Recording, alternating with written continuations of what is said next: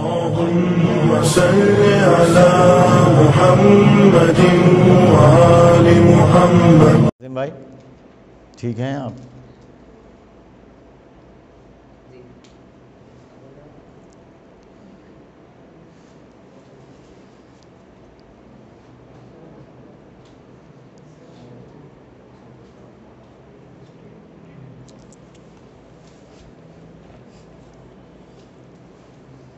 لا حول ولا قوة إلا بالله العلي العظيم۔ اعوذ بالله من الشيطان الرجيم، بسم الله الرحمن الرحيم۔ الحمد لله رب العالمين، وصلى الله على محمد وآله الطيبين الطاهرين، ولعنة الله على أعدائهم أجمعين من يومنا هذا إلى قيام يوم الدين۔ رب اشرح لي صدري ويسر لي أمري واحلل عقدة من لساني يفقه قولي، أما بعد، اللهم كن لوليك الحجة ابن الحسن صلواتك عليه وعلى آبائه في هذه الساعة وفي كل ساعة وليا وحافظا وقائدا وناصرا ودليلا وعينا، حتى تسكنه أرضك طوعا وتمتعه فيها طويلا۔ اللهم صل على محمد وآل محمد۔ عقائد کے سلسلے میں جو ہماری گفتگو چلی تھی وہ دین اور پھر دین میں جو چیزیں ضروری ہیں اس میں اصول دین اور فروع دین کی بات تھی۔ اصول دین میں سب سے پہلی جو چیز ہے وہ اللہ کو ایک ماننا ہے، توحید، عدل، نبوت، امامت، قیامت۔ توحید کا مطلب یہ ہے کہ خالق کائنات ایک اور اکیلا ہے۔ سب سے پہلا مسئلہ یہ ہے کہ انسان اس خالق کی اپنی معرفت پیدا کرے، اور اس سے کسی کو انکار نہیں۔ یہاں تک بات آئی تھی کہ اس سے کسی کو انکار نہیں ہے کہ اس کائنات کو کوئی پیدا کرنے والا ہے۔ یہ پیدا کرنے والا کون ہے، اس میں اب آپ کو کئی طرح سے اس کی معرفت حاصل کرنا ہے۔ ایک تو آپ دلیل کے ذریعے سے کہ ایسا ہو ہی نہیں سکتا کہ یہ دنیا بغیر کسی بنانے والے کے بن جائے، وہ آپ عقلی دلیل اپنی دیں۔ اور ایک اللہ کی اور خالق کائنات کی شناخت انسان کے طور پر جو ہے وہ خود فطری طور پر ہوتی ہے۔ فطری طور پر ہونے کا مطلب یہ ہے کہ انسان کی خلقت میں اپنے پروردگار سے جڑنا ہے۔ اب یہ اور بات ہے کہ کچھ پردے انسان کے ذہن میں دنیا کے اعتبار سے پڑ جاتے ہیں کہ جس کی وجہ سے وہ اس کی طرف متوجہ نہیں ہوتا، اور ایک مرتبہ خود انسان اپنے آپ کو اتنا سنوارتا ہے اور اپنے نفس کی پاکیزگی کی بنیاد پر اس بلندی کو پہنچ جاتا ہے کہ جہاں بغیر دلیل کے بھی وہ اپنے پروردگار کو پہچان سکتا ہے۔ اس کو پھر دلیل کی ضرورت نہیں، اس کا اس سے رابطہ ڈائریکٹ ہوتا ہے۔ لیکن یہ ہر آدمی کے بس کی بات نہیں ہے، یہ صرف پاکیزہ لوگوں کے لیے مخصوص ہے۔ البتہ تھوڑا بہت ہر انسان کے اندر ہوتا ہے کہ بغیر کسی دلیل کے بھی اس کو یہ سمجھ میں آتا ہے کہ کوئی ہے۔ اب یہ ہے کہ کبھی متوجہ ہوتا ہے، کبھی متوجہ نہیں ہوتا ہے۔ لہٰذا کسی بھی طرح سے ہم کو اپنے خالق کو پہچاننا ہے، لیکن اس میں سب سے بہتر اور ہمارے لیے جو ضروری ہے وہ یہ ہے کہ ہم دلیل کے ذریعے جانیں کہ ہاں اس کائنات کو پیدا کرنے والا، اور ہم اپنا ربط اس سے بڑھائیں۔ تو سب سے پہلی دلیل انسان کو یہ سمجھ میں آتی ہے کہ جیسے ہر چیز بنی ہوئی ہے دنیا میں، اور بالکل آسان، بڑی گاڑھی گہری دلیلیں بھی ہیں، لیکن ہم کو عام دلیل پر جو ہے وہ پہلے فوکس کرنا چاہیے سامنے کی بات ہے کہ کوئی بھی چیز جب بغیر بنانے والے کے نہیں بن سکتی تو کیا یہ پوری دنیا بغیر کسی بنانے والے کے بن سکتی ہے؟ جیسے اس بڑھیا کا واقعہ مشہور ہے کہ چرخہ چلا رہی ہے، اس سے پوچھا کہ تم نے جو ہے وہ اللہ کو پہچانا ہے، تم خالق کے معرفت ہے تم کو؟ تو اس نے اپنا چرخہ روک دیا اور کہا یہی دلیل ہے کہ جب یہ اتنا بڑا چرخہ بغیر کسی چلانے والے کے نہیں چل سکتا تو پھر یہ کائنات کا پورا نظام بغیر کسی چلانے والے کے کیسے چل سکتا ہے؟ یہ پہلی. اب اس میں جتنا انسان کا علم بڑھتا جائے گا، جتنی اس کی معرفت بڑھتی جائے گی، اتنی خدا سے وہ قرب حاصل کرتا جائے گا اور اس کی معرفت بڑھتی جائے گی. جیسے جیسے آپ دنیا کے بارے میں آپ جتنا جو ہے وہ پڑھتے جائیں گے، اتنی اللہ پر اور اس کے علم پر، اس کے قدرت پر، اس کے نظام پر، اس کے سسٹم پر آپ کا یقین بڑھتا جائے گا. مگر شرط یہ ہے کہ اس اینگل سے آپ ادھر دیکھیں.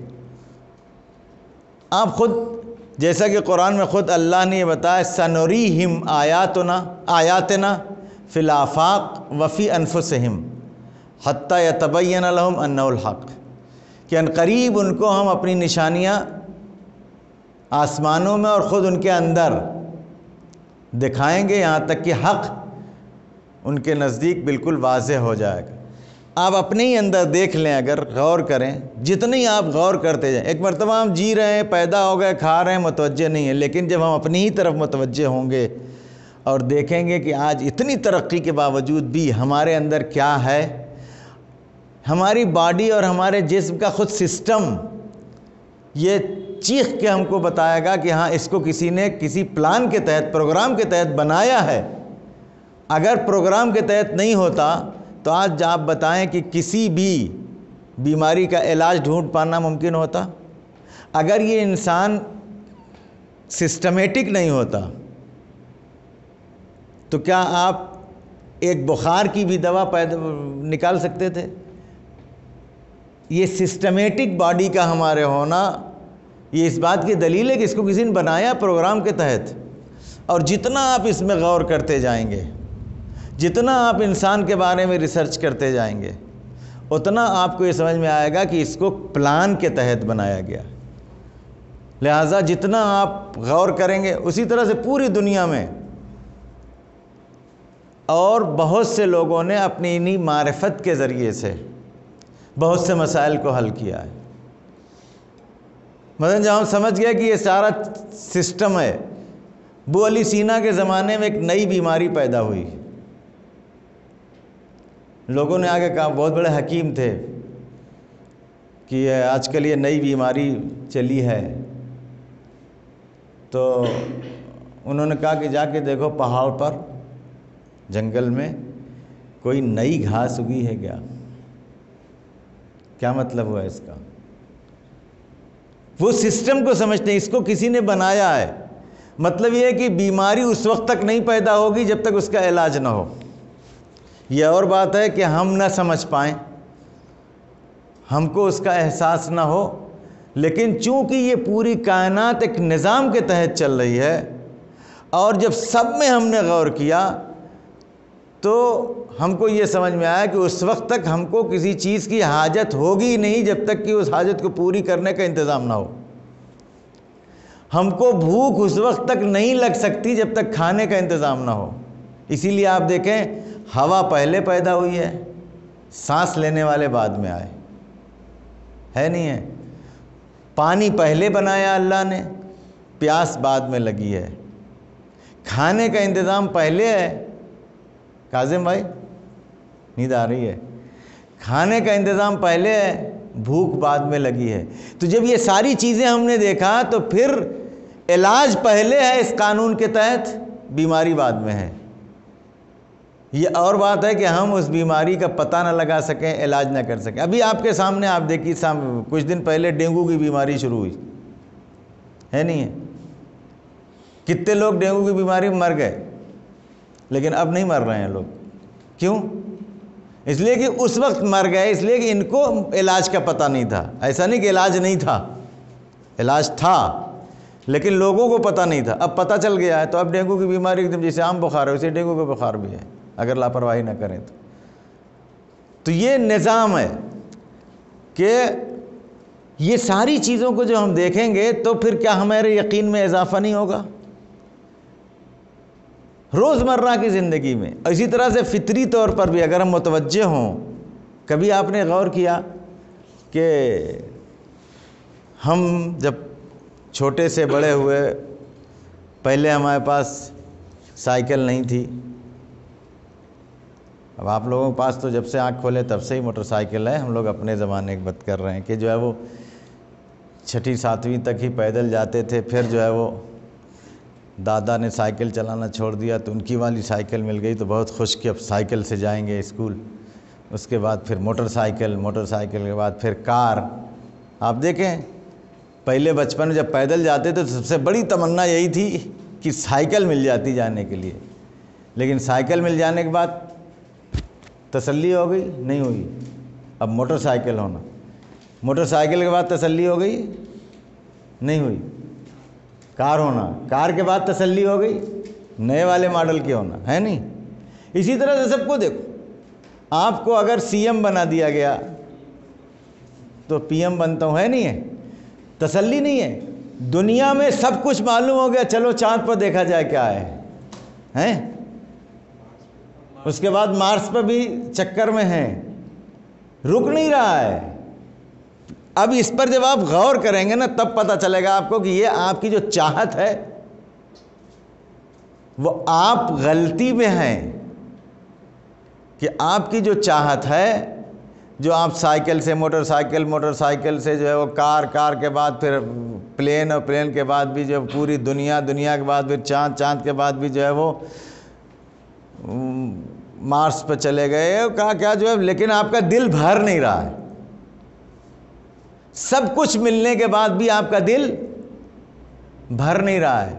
کبھی غور کیا کہ کیوں؟ مطلب یہ کہ جو ہم چاہ رہے ہیں نا وہ چاہت ہم غلط سمجھ رہے ہیں۔ ہماری چاہت یہ سائیکل کی نہیں ہے، ہماری چاہت موٹر سائیکل کی نہیں ہے۔ یہ ایک کے بعد ایک چاہت بڑھنے کا مطلب اور کل مل جانے کے بعد بھی چاہت ختم نہ ہونے کا مطلب کیا سمجھے؟ کہ ہم کو ایسی چیز چاہیے کہ جس کا کوئی اینڈ نہ ہو، جس کا کوئی اختتام نہ ہو۔ اسی لیے آپ کو سب ملنے کے بعد پھر چاہت بڑھتی رہتی ہے۔ یہ جو چاہت ہے نا یہ اس کی چاہت ہے کہ آپ اس سے ملیں جس کا کوئی اینڈ نہیں۔ جس کا کوئی اینڈ نہیں وہ کون ہے؟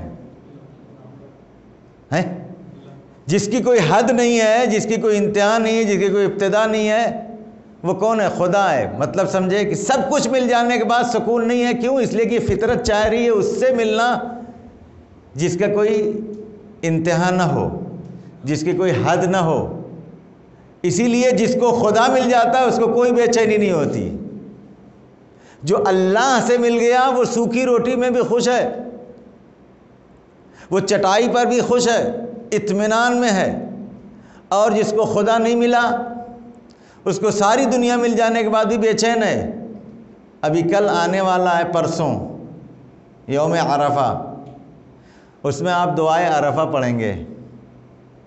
امام حسین علیہ السلام کی دعائے عرفہ ہے، اس میں ایک جملہ آئے گا آپ کے سامنے کہ پالنے والے اس نے کیا پایا جس نے تجھے کھو دیا، اور اس نے کیا کھویا جو تجھے پا لیا۔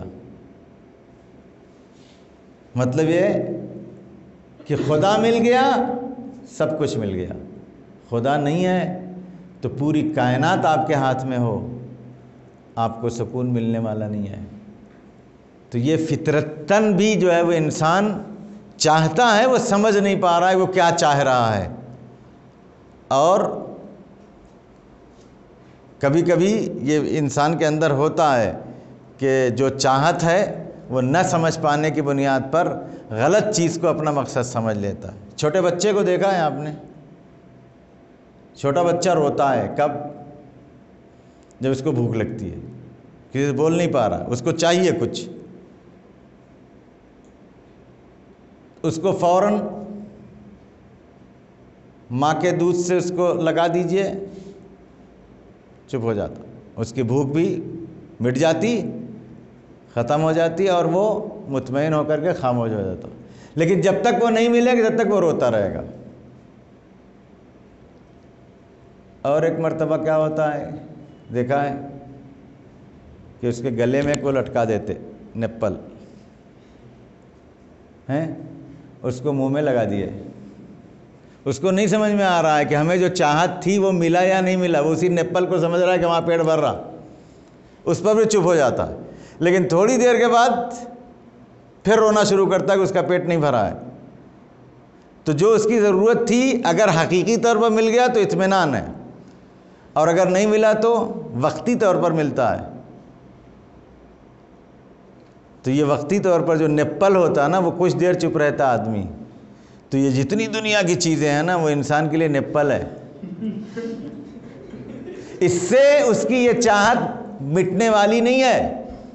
اس کی یہ بھوک جو چاہت اس کی روح کی ہے وہ کب ملے گی؟ جب وہ اپنے پروردگار سے ملے گا.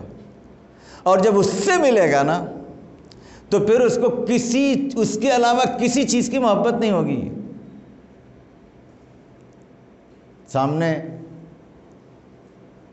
بقرعید ہے، آپ لوگوں نے کہا تھا نا کہ جو ہے یہ بقرعید کیا ہے؟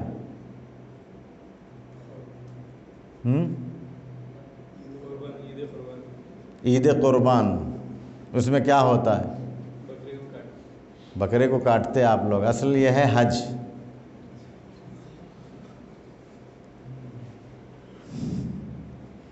عید کے دن نماز بھی مستحب ہے، غیبت امام زمان علیہ السلام میں البتہ 2 رکعت نماز مستحب ہے، عید فطر اور عید قربان دونوں میں.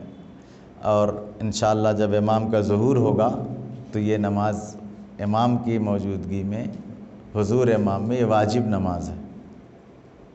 غیبت میں یہ مستحب ہے. اسی لیے کوئی بھی مستحبی نماز جماعت سے نہیں ہوتی. عید بقرعید کی نماز جو ہے یہ جماعت سے ہوتی ہے.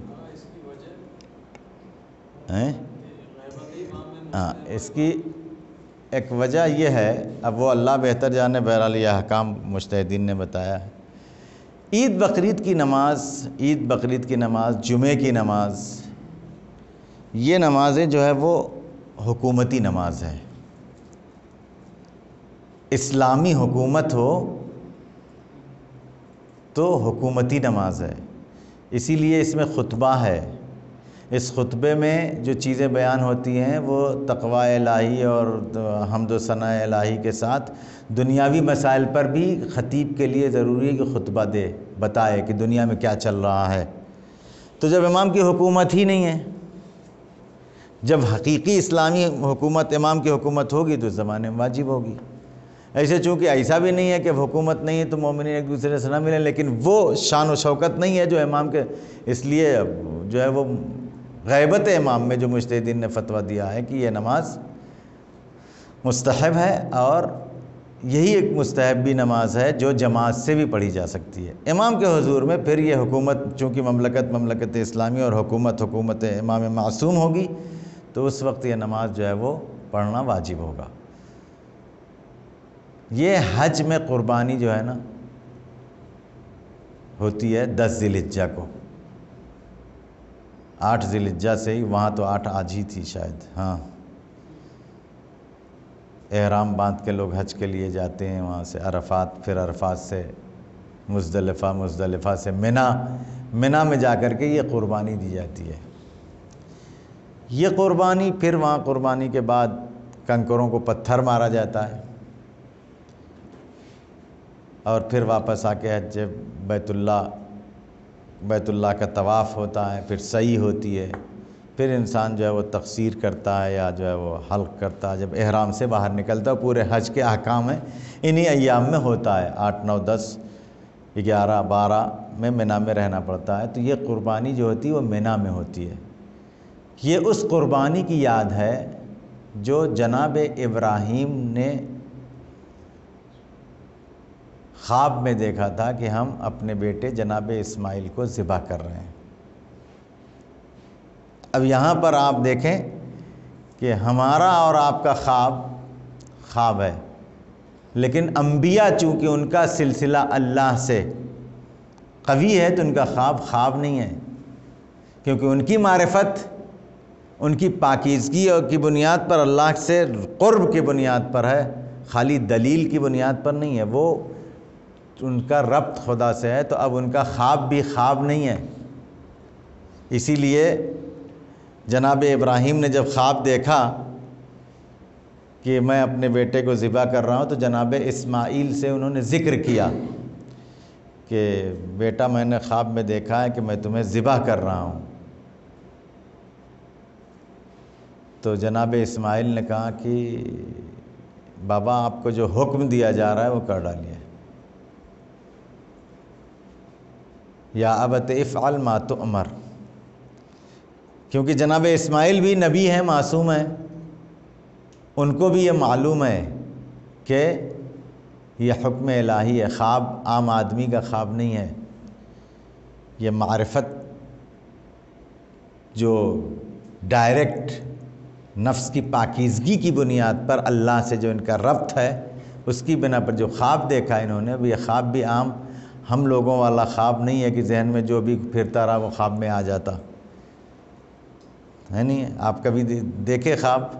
اپنا خواب کئی طرح کا ہوتا نہیں ہوتا، کبھی کبھی دن بھر جو دماغ دیکھے رات میں خواب میں بھی وہی آتا، کبھی کبھی ڈر کے اٹھ بھی جاتے، آنکھ کھل جاتی، کبھی کبھی بعض چیزیں جو ہے وہ نماز روزہ جو تقوی پرہیزگاری کی بنیاد پر خواب میں آپ کو کچھ چیزیں دکھ بھی جاتی ہیں، لیکن نبی کے ہاں تو جو کچھ بھی ہے وہ خواب۔ اسی لیے جناب اسماعیل نے کہا کہ یا ابت افعل ما تؤمر، آپ وہ کر ڈالیے جو آپ کو حکم دیا جا رہا ہے۔ اور پھر جناب اسماعیل نے وہ کام کر دیا، جناب ابراہیم نے لے جا کے منی میں وہی آج قربانی کیا، تو جناب اسماعیل نے کہا کہ بابا آپ آنکھ پر پٹی باندھ لیجئے، تو جناب ابراہیم نے آنکھ پر پٹی باندھی، اور پھر جب چھری چلائی تو حکم الہی سے۔ اب یہاں سے آپ دیکھیں یہ سب باتیں قرآن کی ہیں، ایسا نہیں ہے کہ روایت میں آیا، حدیث میں آیا ہے۔ اور پھر جناب اسماعیل کے اوپر چھری چلنے کے وجہ حکم الہی سے۔ آج عام کنڈیشن میں آپ سنیں گے تو سمجھ میں نہیں آئے گا آپ کو کہ کیا ایسا ہو سکتا ہے، لیکن ایسا ہو سکتا ہے جب آپ اپنے پروردگار سے اپنے آپ کو جوڑ لیں گے کہ آپ کا عمل، کیونکہ اب وہاں یہ منزل ہے کہ دنیا حتیٰ کہ سب سے زیادہ عزیز انسان کے لیے کیا ہوتا ہے؟ بیٹا۔ انسان اپنا سب کچھ لٹاتا ہے اپنی اولاد کے لیے۔ کتنے لوگ بے ایمانیاں کرتے ہیں نا اپنے بچوں کے لیے، کہ آپ لوگ انشاءاللہ ایسا نہیں کریں گے، کیونکہ قبر میں تو حساب اپنے کو دینا ہے۔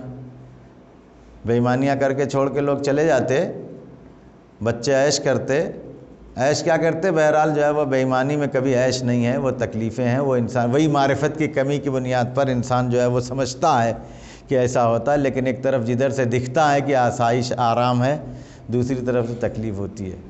لیکن سب کچھ آپ سب کو نچوڑ آپ دیکھیں کہ حتیٰ کہ جانوروں میں بھی آپ دیکھیں گے یہ چیز کہ اپنا سب کچھ قربان کر دیتے اپنے اولاد کے لیے، لیکن اللہ کی معرفت جب انسان کو ہوتی نا تو اپنی اولاد کو بھی راہ خدا میں قربان کر دیتی۔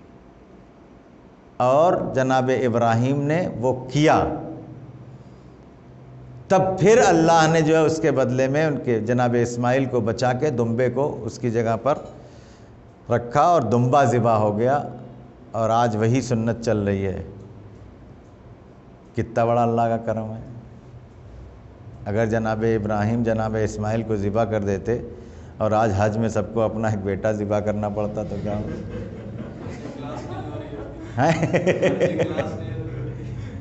وہ امتحان تھا، امتحان صرف یہ دیکھنا تھا کیا آپ راہ خدا میں یہ قربانی دے سکتے ہیں۔ اور آج جو یہ بقرعید ہے نا، جو قربانی ہو رہی ہے، آج آپ دیکھیں کہ وہ ایک قربانی جو جناب ابراہیم نے، آپ غور فرمائیں اس پر، ایک قربانی جو جناب ابراہیم نے راہ خدا میں دی، اور پھر اس کی بنیاد پر جو ہے وہ دمبا آیا اور وہ ذبح ہو گیا، آج جناب ابراہیم کو قربانی دیے کتنا دن ہوا، لیکن آج جناب ابراہیم کے اس عمل کی بنیاد پر کتنے لوگ ہیں کہ جن کو ان کے طفیل میں جو سال بھر گوشت جس کو نہیں ملتا وہ کھانا، 1000 روپے کلو گوشت آسان ہے خرید کے کھانا، بڑے بڑے لوگوں کی ہمت نہیں پڑتی ہے نہیں ہے، لیکن یہ جناب ابراہیم کے ایک عمل کے طفیل میں پوری دنیا میں سب کو جو ہے وہ بقرعید کو تو گوشت کھانے کو مل جاتا کہیں نہ کہیں سے۔ تو جب اللہ کے لیے انسان قدم اٹھاتا ہے نا تو اس کے قدم میں اللہ اتنی برکت عطا کر دیتا ہے کہ پھر جو ہے وہ قیامت تک اس کی برکت سے لوگ جو ہے وہ فائدہ اٹھاتے ہیں۔ تو یہ معرفت کا اثر ہے، جتنے انسان کو اللہ کی معرفت ہوگی اتنے انسان اسی طرح سے، اب جب معرفت ہوئی کہ ہمارا کوئی پیدا کرنے والا ہے تو پھر اس میں اور جیسے جیسے آپ غور و فکر کرتے جائیں گے آپ کو سمجھ میں آتا جائے گا کہ یہ جو پیدا کرنے والا ہے اس کو کسی نے نہیں پیدا کیا ہے، وہ کسی کا محتاج نہیں ہے۔ کہ انشاءاللہ اگلے ہفتے کوشش یہ کریں گے کہ اس پر جو ہے وہ کچھ روشنی ڈالنے کی جرات کریں آپ حضرات کے سامنے۔ اگر کوئی سوال ہو اس کے سلسلے میں یا جو ہے ہو گیا نا،